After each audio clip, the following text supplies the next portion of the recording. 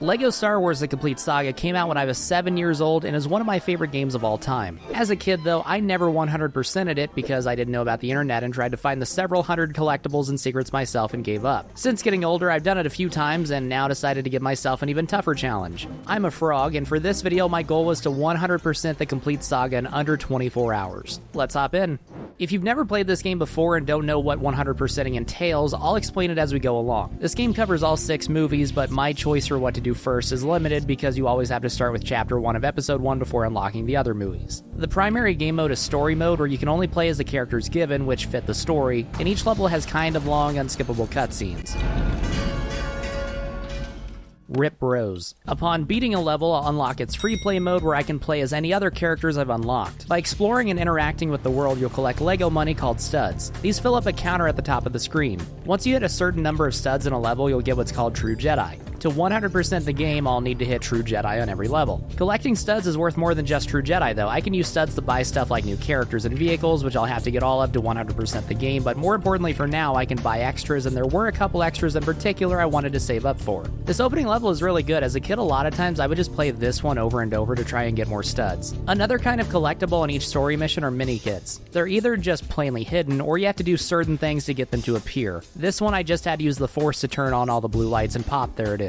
There are 10 mini kits hidden per level for me to find. Obviously, I need to find all of them. The second mini kit I grabbed is basically the same as the first, just with purple lights, but this is also where another interesting and important mechanic comes into play: character abilities. There's this panel on the wall that only C-3PO type droids can access. There's also Stormtrooper panels, dark side objects, and more that only certain characters can get around. This game uses them for puzzles and the story missions, but also for blocking mini kits. Like here, I need an astromech droid like R2-D2 to open this door, but I don't have one. So to get every mini kit, I'll have to return to each level in free play after I've unlocked the necessary characters. The prequel missions are all pretty short, so finishing up this level was easy. I killed some droids, kept collecting studs, and bada bing bada boom, one mission down. The characters I played as are now unlocked and available in free play. My studs are added to the counter, and I unlocked 2 gold bricks, one for simply completing the level and the second for getting True Jedi. Collecting all mini kits would give me a third. There are 160 gold bricks throughout the game, and I'll need to collect them all. Back to the cantina, I now had every episode unlocked. Instead of continuing along with episode 1, I decided to jump ahead to episode 4 for 2 reasons. 1, I like the prequel levels better, so I wanted to get the original trilogy ones out of the way first, and 2, the original trilogy levels have specific collectibles I wanted to get as soon as possible for the sake of speed. But first, I had to start chapter 1 of episode 4 on the Tantive 4 as Princess Leia and Captain Antilles. You know, the guy who Vader chokes out then tosses. Very memorable character. Anyway, again, I worked my way through, taking my time a bit to collect studs, less because of True Jedi and more because I needed studs to buy stuff. In hindsight though, this is actually pretty inefficient, and I should have just been beelining it through these missions and getting studs in other ways. Everyone point and laugh at past Frog for being dumb. A bit further on, Leia bails and we link up with the unforgettable Rebel Friend character, an absolute legend. Also worth mentioning, I was playing this game on my computer and there were weird visual glitches that happened from time to time, and this was the first instance of it. I'm only mentioning this because it later happened a couple times in important moments that I'll have to show. But yeah, good level, episode 4 chapter 1 done. Chapter 2 of episode 4 is not good. I think it's uninteresting and drags on too long. The Jawas later on are the absolute worst because while you're trying to open stuff as R2-D2, they'll just come up and disable you. So it's very important to slaughter them like cockroaches. On chapter 3 of episode 4, I got my first red brick. There's one hidden red brick per level that, once found, allows you to buy an extra, which is just a game modifier. This one was for super lightsabers, which just buffs lightsabers. The reason I wanted to play episode 4 first was because of one of the red bricks. After fighting through the Death Star and rescuing the princess in chapter 4 and chapter 5, I got to the first vehicle mission where you blow up the Death Star. At the very end of the level, there's a hidden red brick back in this corner. This red brick gives you access to buy score times 2. The name is kind of confusing. Basically what it does is double your studs. So studs that normally give you 10 give you 20, 100 gives you 200, and so on. This makes getting True Jedis a lot easier and lets me save up even more studs to buy things. The score times 2 extra costs 1.25 million studs in the store, and I was only a little over 500,000 at this point, but good to have available nonetheless. To get a few more studs, I decided to backtrack to episode 3. Chapter 1 is an on-the-rails space mission that I really loved as a kid and I still think is really good. Playing through it the first time, I got 93,000 studs in all 10 mini kits, making this my first level where I collected all 10. I realized though that I completely missed the red brick, so I ran through it again and got the red brick and another 157,000 studs. And just like that, I had over 800,000 total. But I couldn't just play this level forever, so I moved on to episode 5 because it has even more score multiplier red bricks. Episode 5 starts with a terrible vehicle level on Hoth that involves towing bombs. Yay. The second level takes us inside Echo Base as Han and Leia, where we escape from the clutches of Darth Vader despite other Star Wars media showing him literally grabbing ships out of the sky, and we're on to Episode 5, Chapter 3. This one is the next score multiplier brick score times 4. Like the last one, it's hidden but not really hard to get. Although I didn't see it spawn in story mode and had to go back in free play and then grab it. I now had the first 2 score red bricks, but still couldn't afford either. So I moved on to Chapter 4 and visited Dagobah, another level that I honestly don't like. For some reason, they felt like they needed to have enemies, so they throw in bats that randomly attack you. I think it would have worked better just having to work through puzzles and stuff before the Darth Vader fight. Anyway, enough complaining, I have a game to 100%. Next up, I went to Chapter 5 where I fought Darth Vader, where he revealed through photographs that he's Luke's father, and Chapter 6 where we escape Cloud City as the rest of the gang. Both of these levels had red bricks I wanted, but I need to come back in free play after unlocking more characters. But that's Episode 5 done. That left me with one more original trilogy episode to complete. Episode 6, though, is unfortunately the longest by a lot. Chapter 1 has us play as all your favorite characters as they try to rescue Han Solo. It does feature this mechanic where there's a helmet you can put on that gives you the ability of bounty hunter characters to throw thermal detonators to blow up metallic objects like so. I remember this puzzle held me up for quite a bit as a kid because I was dumb, but now as an adult I was able to figure it out in just under 20 minutes. I finished the level and had about 1.1 million studs and knew I could get to 1.25 by playing Battle of Coruscant, so I went ahead and did that. Afterwards, I went to the store, bought Score Times 2, turned it on, and now all studs are worth twice as much. Again, at this point I was getting True Jedi on every level, which in hindsight was dumb and a waste of time, but Score Times 2 would at least speed that up. On Chapter 2 of Episode 6, I hit True Jedi not even halfway through the level. I worked my way through the next 2 levels, both on Endor, one with Luke and Leia and speeders, and the other showing Han and the gang taking down the shield generator. Then in Chapter 5, we have Jedi Destiny, where you're Luke and Vader versus the Emperor. This is an important level because it unlocks Darth Vader for me, who can open Stormtrooper panels and use Darkside objects in free play. I also collected the red brick here for Score Times 10. Chapter 6 has us as a Millennium Falcon trying to blow up the Death Star. I grabbed the red brick here too, which is for infinite torpedoes. And that's all of Episode 6 in the whole original trilogy. At this point, I was only a couple hours in and had already completed 25% of the game. This should be a breeze, right? Wrong! So I went back to Episode 1 and worked my way through those levels. Chapter 2 has us save Jar Jar and find the Gungans. Chapter 3 has us at the Royal Palace. 4 is a pod race level that they made way easier in the complete Saga. In the original game, this absolutely destroyed me. I did get the red brick, the power brick detector, which once unlocked shows you the location of the red brick on whatever level you're on. Chapter 5 has us go back to the Royal Palace. I got the red brick for Super Slap here. And Chapter 6 has us fight Darth Scary Monster Man. Compared to the original trilogy levels, these are super short. The last 5 chapters of Episode 1 only took me about 25 minutes, including the cutscenes, and I was on to Episode 2. Episode 2's first level wasn't in the original game. It's another vehicle level where you're in the speeders chasing the person who tried to assassinate Padme. It's also an unfun level and the game would have been better without it. Madge. I did get the red brick though, and this one is actually worth it. The Stud Magnet. It does exactly what its name suggests. I had the money, so I decided to go ahead and buy and activate it. Continuing on, Chapter 2 has us visit Kamino, where Obi-Wan says it's Oben time and Kenobi's all over the cloning facility. This one's also like the Dagobah level where they felt like they needed enemies but didn't know what to include, so they were like,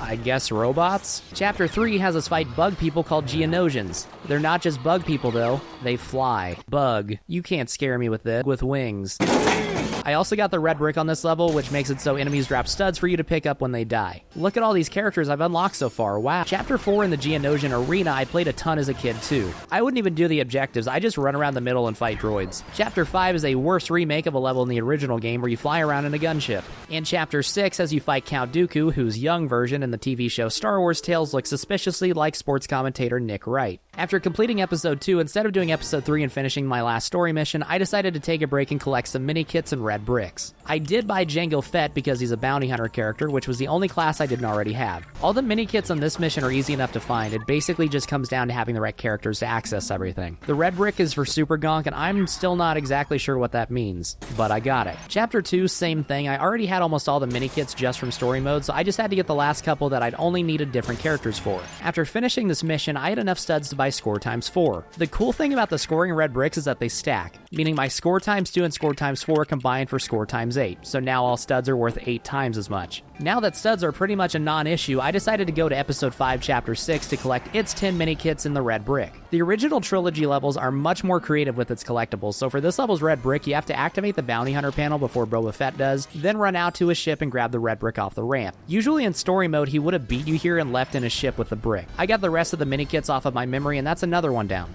The red brick I picked up is for the minikit detector, which, similar to the red brick detector, just points to where the minikits spawn on whatever level you're on, making finding them all obviously much easier. The level before, Episode 5, Chapter 5, has a score times 6 red brick, so I grabbed that and its minikits. This one I remember held me up for a while the first time I did it before I figured out you're supposed to drop a stormtrooper into the carbon freezer. But yeah, there's another one. With 2 levels from Episode 5 done, I wanted to just get the rest of the episode out of the way, so I went back to the Hoth vehicle level and did that. The bomb towing is even more annoying in free play. Echo Base is a good one. There's this part where it looks like a snow globe. And I didn't know this prior, but the red brick here is actually for fast build, which, well, lets you build faster. For convenience, I went ahead and bought this in infinite torpedoes, which helped me get the 10 minikits on the next chapter faster. Last was Dagobah. There's nothing interesting about this one. It's still a bad level. The red brick is regenerate hearts. But this did give me enough studs for score times 6, which with the other score multipliers means I now had a 48 times multiplier in total. So now studs really weren't an issue. With Episode 5's minikits and red bricks all done, I went back to Episode 1. Chapter 3 was easy. Chapter 4, the pod race, I was only missing 1 minikit that you need a TIE fighter to get to. Chapter 5's red brick I already had, so I just needed the 10 minikits there. And Darth Maul's also easy enough.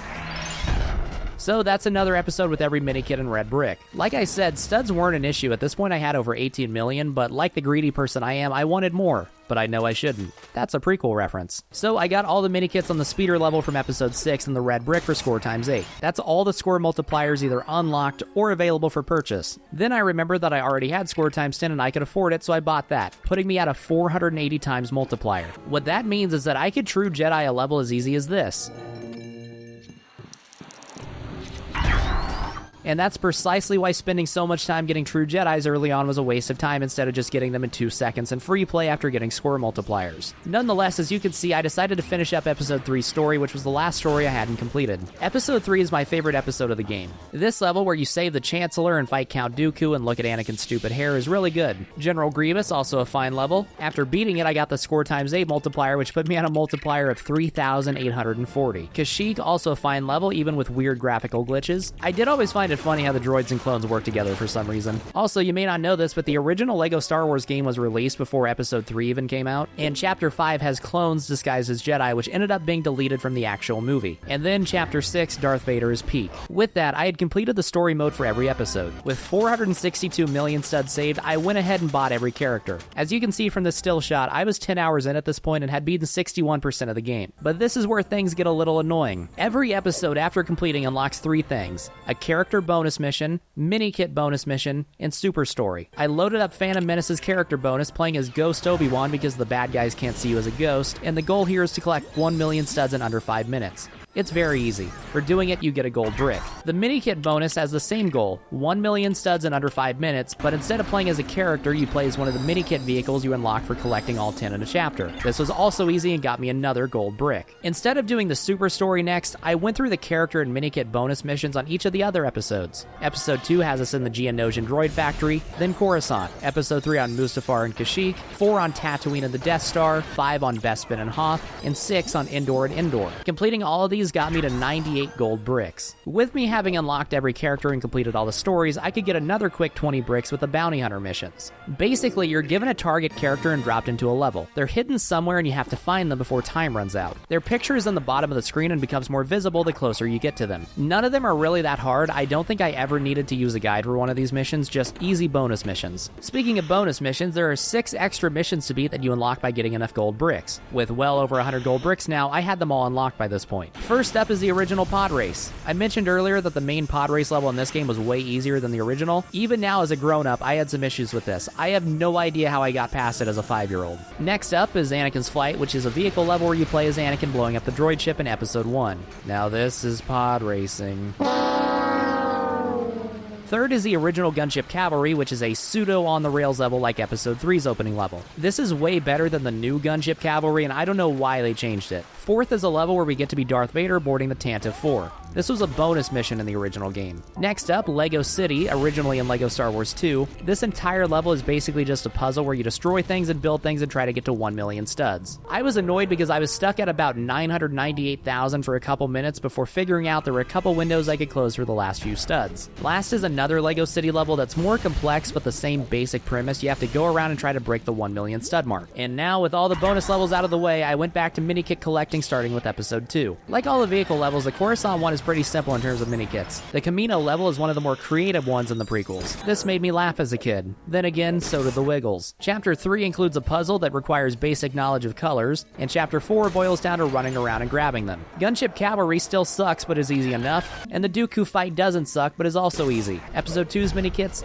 done. 13 and a half hours in and I'm 75% of the way through. There's another type of collectible I haven't talked about yet though. Blue mini-kits. Every main story level has a challenge mode where there are 10 blue mini-kits hidden and you have to find them in the allotted time. With my self-imposed time restriction, these were awful, because they're in different places, but I effectively have to find all 10 mini-kits on every level twice. First finding the white mini-kits and then finding the blue mini-kits. I'm not going to go into too much detail here. I did episode 1 just running around collecting blue mini-kits. On Darth Maul, I made it all the way to the end before realizing I missed one and couldn't backtrack, so I had to restart and find it after opening the hangar doors. That was fun and I was not mad at all. And then after collecting all the mini-kits, I went back to the episode bonus things and did the super story. The super story is just where you play through the story with all the cutscenes and everything and have to beat it in either under 1 hour or with collecting 100,000 studs. So again, I'm not really going to go into detail here. I basically just played through episode 1 again. And I followed this up by getting episode 2 blue mini-kits and doing its super story. After getting the blue mini-kits on episode 3 chapter 1, I was burned out on blue mini-kit collecting and went back to getting regular mini-kits on the rest of episode 3.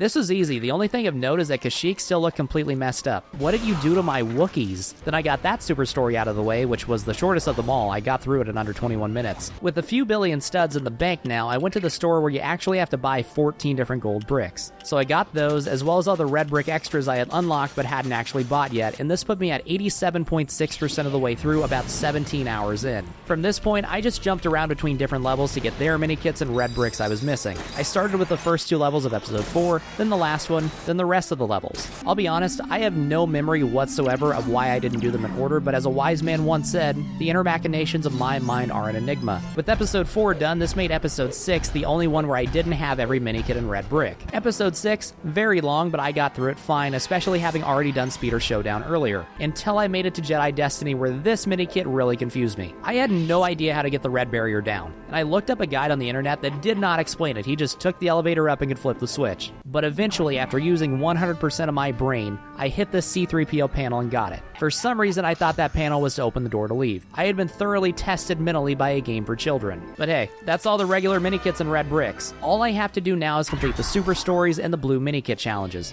Let's end with a bang.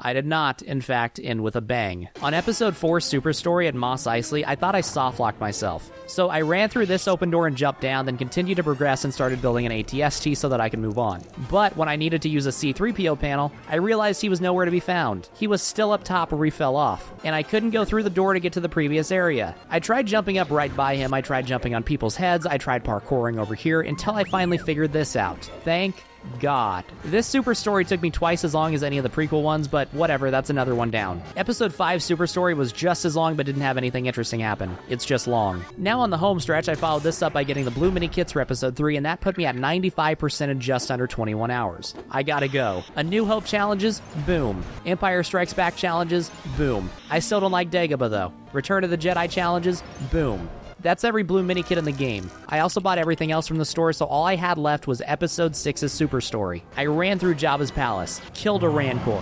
sacrificed Boba Fett to the Sarlacc pit, blew up the skiff, drove a speeder, killed stormtroopers with the help of teddy bears, threw the Emperor down a shaft, and blew up the new Death Star. 100% achieved. Let's check my final time. Oh, sweet baby Jesus, that was close. If you like this video, check out this one where I beat Halo 1 Legendary without shooting in under 2 hours. Thanks to my patrons for supporting the channel. I'll catch you next time.